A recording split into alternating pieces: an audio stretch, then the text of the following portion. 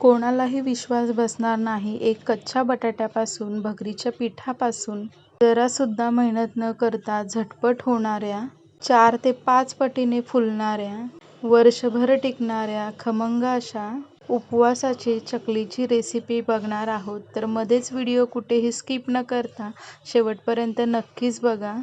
या पद्धतीने चकली जर करचाल ना तर तुम्ही साबुदाणा बटाटा चकली देखील विसराल इतकी चवीला खमंग खुसखुशीत लागणारी, हलकी फुलकी अशी भगरच्या पिठापासून तयार केलेली खमंग चकलीची रेसिपी बघणार आहोत.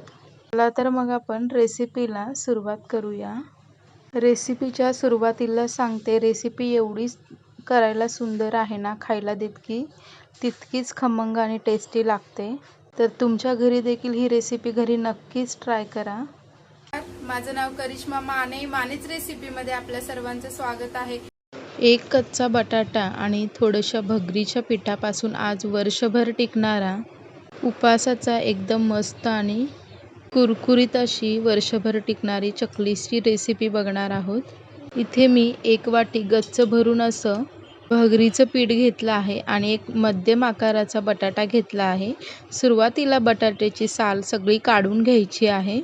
इथे मी भगरीचं पीठ वापरलं आहे. हवं तर तुम्ही, तुमच्याकडे भगरीचं पीठ नसेल तर भगरसुद्धा 1 वाटी वापरू शकता. थोडीशी भगर हलकीशी अशी रोस्ट करून घ्यायची आहे कढईमध्ये. मिक्सरला छान त्याचं पीठ दळून तयार करून घ्यायचं आहे, म्हणजेच आपलं इथं भगरीचं पीठ तयार होतं. बटाट्याची साल सगळी काढून झाली आहे. ताटामध्ये थोडंसं पाणी घालून घेतलं आहे आणि खिसणीच्या साहाय्याने आपल्याला हा बटाटा छान असा खिसून घ्यायचा आहे. तर इथे बघू शकता, सगळा बटाटा मी पाण्यामध्ये खिसून घेतला आहे, जेणेकरून बटाट्याचं जे स्टार्च आहे ते या पाण्यामध्ये उतरेल आणि बटाटा आपला चांगला पांढरा शुभ्र राहतो. तर एक मिक्सरचं भांडं घ्यायचं आहे. मिक्सरच्या भांड्यामध्ये हे बटाट्याचे किस आहे तो काढून मिक्सरला फिरवून घ्यायचा आहे. ज्या वाटीने आपण भगरीचं पीठ मोजून घेतलं होतं त्याच वाटीने इथे पाणी घालणार आहोत. तर इथे 1 वाटी दाबून भगरीचं पीठ घेतलं होतं, म्हणून इथे 1.5 वाटी मी पाण्याचा वापर केला आहे.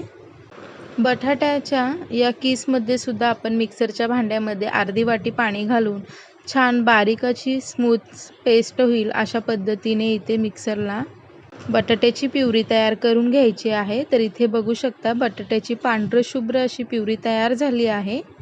गॅसची फ्लेम मोठी ठेवून त्यामध्ये चवीनुसार मीठ घालून घ्यायचं आहे. तर यामध्ये तुम्ही हवं तर चकली फुगण्यासाठी तुम्ही सोडासुद्धा खायचा वापरू शकता.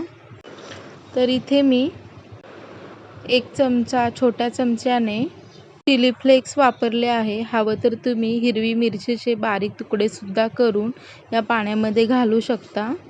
पाण्याला छान उकळ आली की बटाट्याची जी प्युरी तयार करून घेतलेली ही प्युरी या पाण्यामध्ये घालून घ्यायचं आहे. तर इथे बघू शकता, सुरुवातीला नुसता आपल्याला फेस असा दिसतो.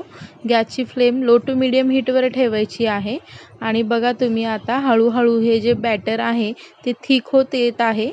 तर इथे बघू शकता तुम्ही, तर बटाट्याच्या प्युरीचा रंग देखील बदलत आहे आणि हे जे मिश्रण आहे ते थोडंसं दाटसर होत आलं आहे. बटाट्याची जी प्युरी आहे ना, अगदी छानपणे आपल्याला या पाण्यामध्ये उकळवून घ्यायची आहे आणि अगदी छान असं शिजवून घ्यायचं आहे. जितका बटाटा छान शिजेल ना, तेवढीच आपली ही जी चकली आपण तयार करणार आहोत खायला देखील खूप खमंग अशी लागते. तर बघा, साधारण 5 ते 6 मिनिटांमध्ये जी प्युरी आहे आपली बटाट्याची दाटसर होत आली आहे. असं घट्टपणा आणि भरपूर सारे यामध्ये फेस येत आहे, तिथे बघू शकता तुम्ही, आणि घट्ट होत आली अशी दिसत आहे. तर फेस पूर्ण असा वरपर्यंत आला ना तर गॅसची फ्लेम पूर्ण लो अशी ठेवायची आहे आणि त्यामध्ये आपल्याला हे भगरीचं पीठ घालून घ्यायचं आहे. इथे बघू शकता मी कशा पद्धतीने भगरीचं पीठ घातलं आहे आणि गॅसची फ्लेम पूर्ण लहान ठेवायची आहे. पटापट आपल्याला हे भगरीचं पीठ या बटाट्याच्या प्युरीमध्ये मिक्स करून घ्यायचं आहे. एकही गुठळा न राहता आपल्याला हे पीठ व्यवस्थितपणे मिक्स करून घ्यायचं आहे. तर ही चकली पातेल्यात तुम्ही करत असताना थोडंसं खाली जाडबुडाचं पातेलं घ्या, म्हणजे हे काय होईल ना, पीठ टाकल्यानंतर तळाशी चिकटणार नाही आणि छान आपलं इथं पीठसुद्धा छान शिजून येईल. अशा पद्धतीनं खाली जाडबुडाचं पातेलं घ्यायचं आहे आणि आपली इथे बघू शकता तुम्ही पीठ तयार होत आलं आहे. तर इथे बघा चकलीचं पीठ कसं तयार झालं ओळखायचं. चकलीचा पिठाचा गोळा एक असा तयार झाला की समजायचं की आपलं हे जे चकलीचं पीठ आहे ते तयार होत आलं आहे. तर हे पातेल्याने हा गोळा सोडला होता आणि थंड झाल्यानंतर बघा पूर्ण पातेल्याने गोळा सोडला आहे. व्यवस्थितपणे हे पीठ आहे पातेल्यातून बाहेर येत आहे. साधारण 10 ते 15 मिनिटांमध्ये हे पीठ आपल्याला झाकून ठेवायचं आहे. झाकून ठेवूनच हे पीठ गार करून घ्यायचं आहे. तर हे पीठ आहे ना थंड झालं आहे, पूर्ण प्रॉपर असं थंड झालं आहे पीठ आणि एका ताटामध्ये काढून घ्यायचं आहे. तर इथे हाताला पाणी लावून घ्यायचं आहे. पाणी लावून आपल्याला हे पीठ व्यवस्थितपणे मळून घ्यायचं आहे. जसं की आपण चकलीला जशा पद्धतीने पीठ मळतो तशा पद्धतीने इथं पाणी लावून पीठ मळून घ्यायचं आहे. तेलसुद्धा घालू शकता, पण तेलाने काय होतं ना चकली ही आपली वर्षभर टिकत नाही, त्यामध्ये खुमट आणि खवट असा वास येतो तेलाचा. म्हणून इथे तेलाचा वापर न करता हाताला थोडंसं पाणी लावून आपल्याला हे पीठ छान एकजीव होईल अशा पद्धतीनं मळून घ्यायचं आहे. तर इथे बघू शकता कशा पद्धतीनं मी पीठ मळत आहे. पीठ जरासुद्धा हाताला चिटकत नाही आहे पाणी लावल्यामुळं, ते व्यवस्थितपणे ताटातून निघत आहे. तर इथे आपलं पिठाचा गोळा इथे मळून तयार झाला आहे. तर याचीच आता आपण चकली तयार करून घेणार आहोत. तर 2 बॅचमध्ये याचे गोळे तयार करून घ्यायचे आहेत. चकली साच्याच्या भांड्यामध्ये आपण हे जे पीठ तयार केलेलं आहे ते भरून घेणार आहोत. थोडंसं चकलीच्या साच्याला पाणी लावून घेतलं आहे आतमधून आणि इथे बघू शकता चकलीचा साचा घेतला आहे आणि हा चकलीचा साचा भरून घ्यायचा आहे गच्च असं. तर यामध्ये चकलीचा साचा नीट ठेवून छान बंद करून घ्यायचा आहे आणि इथे आपण चकली पाडून घेणार आहोत. तर इथे बघू शकता तुम्ही चकली आपली व्यवस्थितपणे साच्यातून बाहेर येत आहे. जरासुद्धा चकलीचं पीठ अजिबात तुटलं नाही किंवा मध्येच ते तुकडे पडले नाही चकलीची. व्यवस्थितपणे आपली ही चकली गोल अशी झाली आहे. तर इथे बघू शकता जितकं छान तुम्ही पीठ शिजवाल तेवढं छान आपल्या इथे चकल्या तयार होतील. तर इथे बघा दुसरी देखील चकली मी वळून दाखवली आहे. ती देखील आपली छान गोल अशी चकली तयार झाली आहे. तर इथे 2 ताट आपल्या चकल्या तयार झाल्या आहेत. तर ह्या सुकवण्यासाठी ठेवणार आहोत. ह्या चकल्या तुम्ही उन्हामध्ये सुद्धा वाळत घालू शकता किंवा पंख्याखाली 2 ते 3 दिवस छान सुकवू शकता. घरात देखील हे मी चकल्या घरातच सुकवून घेतल्या आहेत पंख्याखाली. तर इथे बघू शकता आपले किती चकल्या छान वाळून कडकडीत झाल्या. गॅसवर कढई गरम करण्यासाठी ठेवली होती. कढईमध्ये तेल आपलं छान गरम झालं आहे.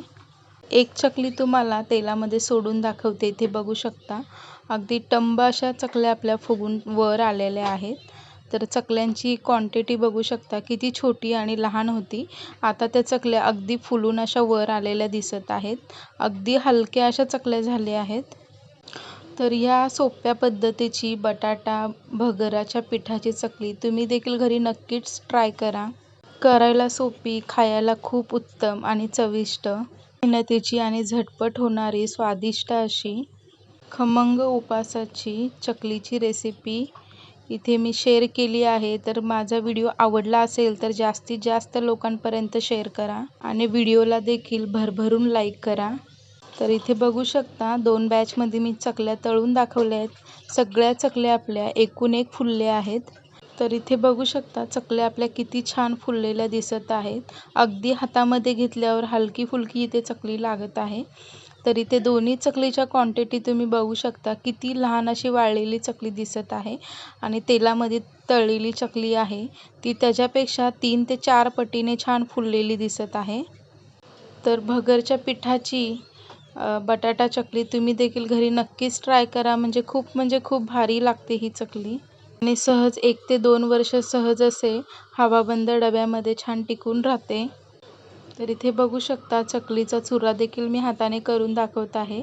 चकली पटकन हातामध्ये तोडली जात आहे. इतकी ही हलकी अशी झाली आहे चकली आणि दिसायला देखील पांढरी शुभ्र अशी चकली दिसत आहे.